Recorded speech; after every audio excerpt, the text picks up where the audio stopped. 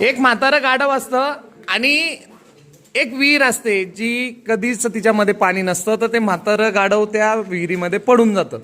आता विहिरीमध्ये पडल्यानंतर धपकन आवाज येतो आणि त्याचा सुद्धा ओरडण्याचा आवाज येतो विहिरीमध्ये पडताना. तर आजूबाजूचे लोक जमा होतात आणि त्यांना समजतं की आपल्या गावातलं जे म्हातारं गाढव होतं ते पडलं. मग काय करतात, कोणी म्हणतं दोरी आण, कोणी म्हणतं काहीतरी आण, बाज आणा, त्याला वरती उचलूया. पण त्याचा उचलण्याचा प्रयत्न फेल होतो आणि त्या गाढवाला काही त्यांना वरती काढता येत नाही.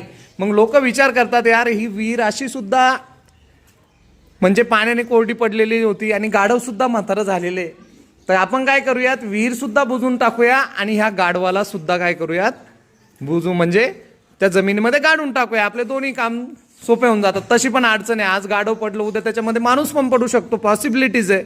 मग ते काय करतात, ठीक आहे, सगळे जातात घरून टिकवा फावडा आणतात आणि शेजारी मातीचा गंज पडलेला असतो, तो मातीचा गंज एक एक एक एक टोपलं करून काय करतात, खाली फेकतात. आता खाली फेकल्यानंतर बिचारा गाढव रडत असतं, यार मी एवढं काम केलं मालकाने सुद्धा त्या माणसामध्ये सामील होऊन मला गाडण्याचा प्रयत्न करतंय, किती वाईट क्षण आहे. ते स्वतः रडत असतं. पण ज्या वेळेस त्याच्या अंगावर माती पडते तर ते काय करतं, असं अंग झटकून घेतं. झटकलं का ती माती खाली येते पायाखाली. असं करत करत ती माती टाकतात, तो अंग झटकतो, ती माती त्याच्या पायाखाली येते, परत अंग झटकतो, पायाखाली येते.